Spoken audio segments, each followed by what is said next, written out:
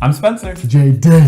And this is the Itch Network. We're here to review Nioh.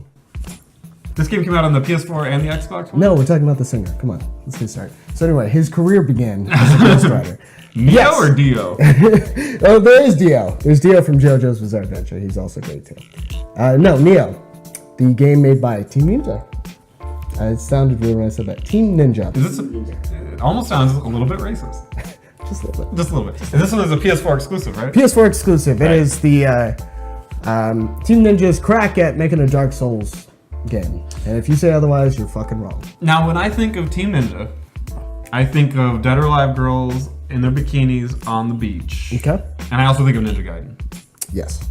Yes and yes? Ninja Gaiden is a very tough game. Okay. Without a doubt. The beach volleyball game is a hard game, too. Yeah. Shut the fuck up. I'm talking about my penis. It was hard, dude.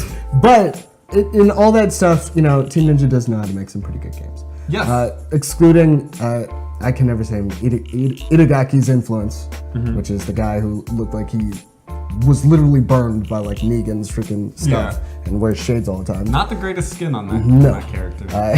Proactive's not going to say that. Neither is a miracle. But once he left, they decided, hey, let's focus on some other IPs, this being one of them. This game, for the sake of the story, takes place in, I believe it's 1599 through 1600, which I did a little bit of research on, and I totally forgot.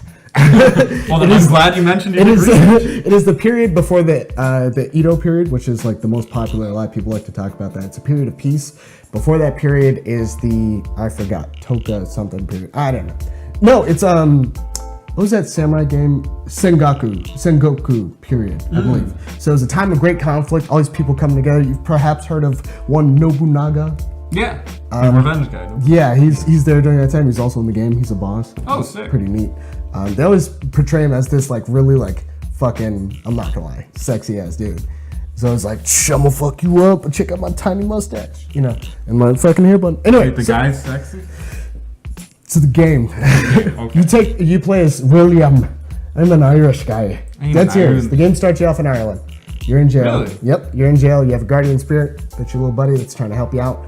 You're getting out of there. You're fighting with these huge ass broadswords, and then you end up fighting essentially one of the main villains, Kelly, who's another American dude. Kelly. Yeah.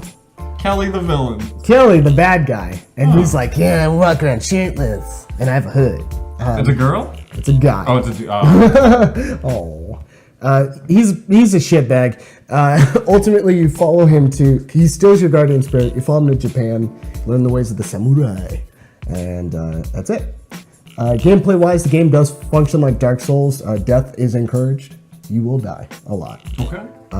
In fact, you will die so much you'll wonder why health is even a stat. Really? You get one Dead shot? fucking serious. You get dead shot. One shot a lot in the game. Granted, I always play these games. I don't have too much armor going into it. You should mention too your experience with Dark Souls games. You beat all of them, didn't you? Yeah, I'm experienced with hard games.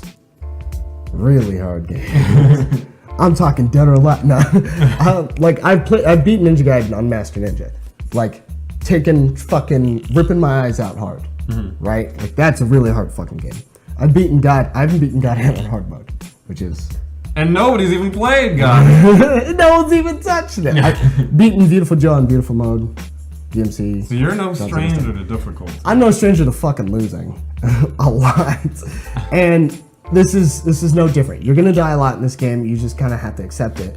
The game allows you to choose at the beginning of the game. I believe it's 5 different styles or 5 different weapons. You have the spear, you got dual katana, you have a single katana, you have an axe or hammer, whichever one you're holding at the time. And my axe. And Kusarigama, which is kunai with chain. Oh, really? Yep. Starts off really Joey just Wheeler. Joey Wheeler's got the trap cat. And then you can also use your Guardian Force to kind of help you out. Yeah. Much like in Ninja Gaiden, you press triangle and circle. In Ninja Gaiden, he would summon his Nimple and do a magic attack. Oh, okay. There's little magic in this game? Yep. Oh. So there's two different kinds of magic. One is actually like just a normal like magic thing, use like talismans to attack people. The other one is you can summon your guardian spirit. You can make a build that supports you staying in the guardian spirit mode for a long period of time, and you could just go around cutting people up in that mode. It's neat stuff. You can also learn ninjutsu, which is what I learned. You have matchlock rifles, which are those old school smoky ones, the cool looking ones. And you have bow and arrow. Neat stuff. As you progress through the game, they have you doing missions, like one-offs. You're in arenas, as opposed to Bloodborne, Dark Souls. Like when we were watching us play Bloodborne, every area progressed. You go back to the world map after you beat the level. Oh, so there's not like it's not like a Metroidvania. There's a hub, and then you're back into the. So therein lies one of my problems with the game is it doesn't feel like there's really any progression. As far as like environmentally.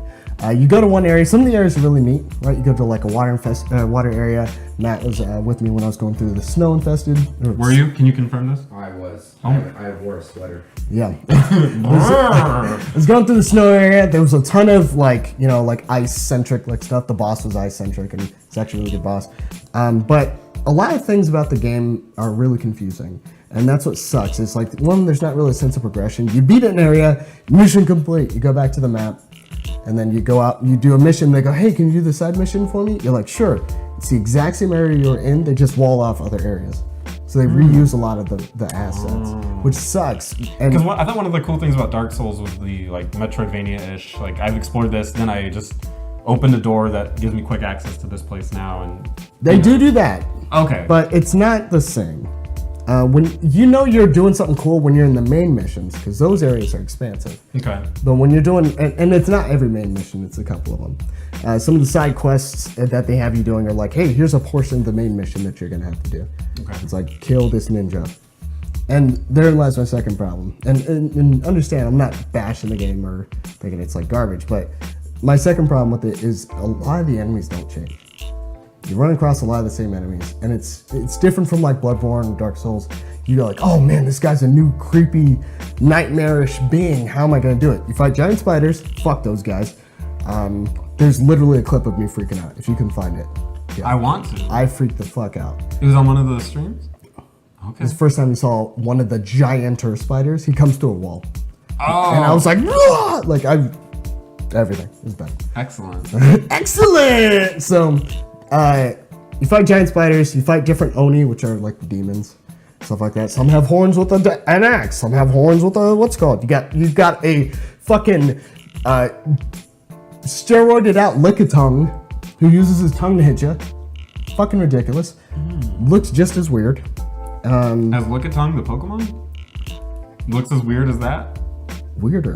Now he's got muscles, man. You're like, what the fuck? Jack. Yeah, dude, he's fucking huge. You fight a lot of the same enemies, and the variety doesn't really change to the point where you're like, I need to approach this differently. It's okay. I remember how I beat this guy. I beat him the same way. Okay. So there's no real fun after a while with the combat thing. Didn't really keep me going. Loot-wise, didn't really keep me going. You get so many item drops. Half of the items you can't even use. That's loot done wrong. Just to point out. Because I don't give a fuck about half the shit I dropped. I'm just gonna sell it anyway. So that's what sucks about it. Outside of that, with your weapons, you have 3 different styles. So you have high, medium, and low. They offer their own advantages, and you learn. There's a skill tree in which you can learn special moves within that, which is neat. No Souls game does that, and that is really cool. And they allow you to focus more on stamina regeneration, focusing your ki. Stuff like that. If you lose your key, you pretty much die in the game. Because You can't open any doors.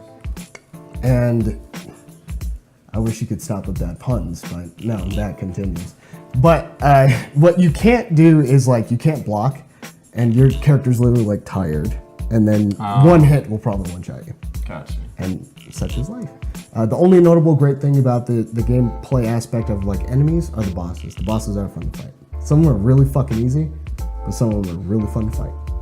And the trial and error really shines through at that point. Sound-wise, the game is typical old school like Japanese sounds. When you press like, what does that mean? when you press a button, it's like, ding! Oh, okay. You know, and you're like, oh, okay, cool.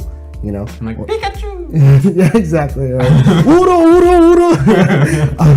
When you, so that's pretty similar. The music is definitely very inspired by the Japanese style Okay. You know, the old feudal. Like the flute that. Yeah. Yeah.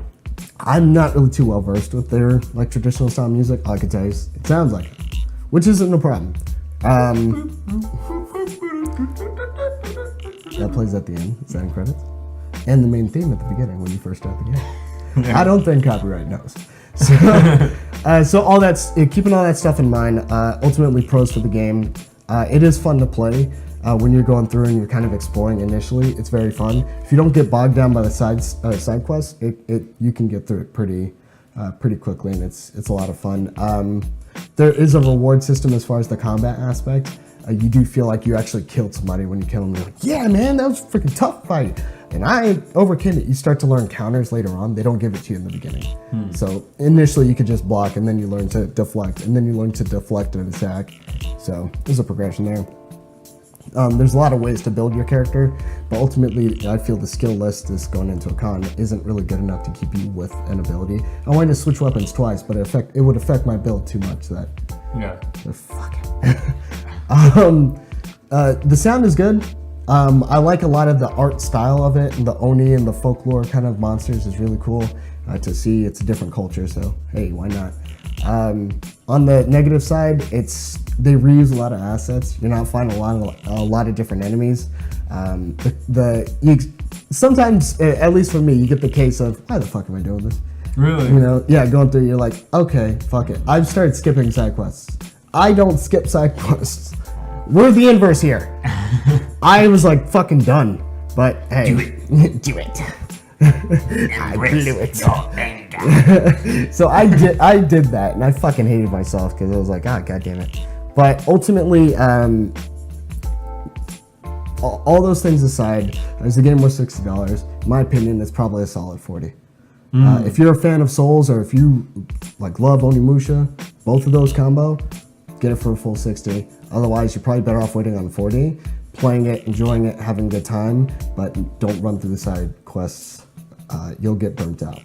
This is what happened with me. Interesting. How many people do you think could beat this game, percentage-wise?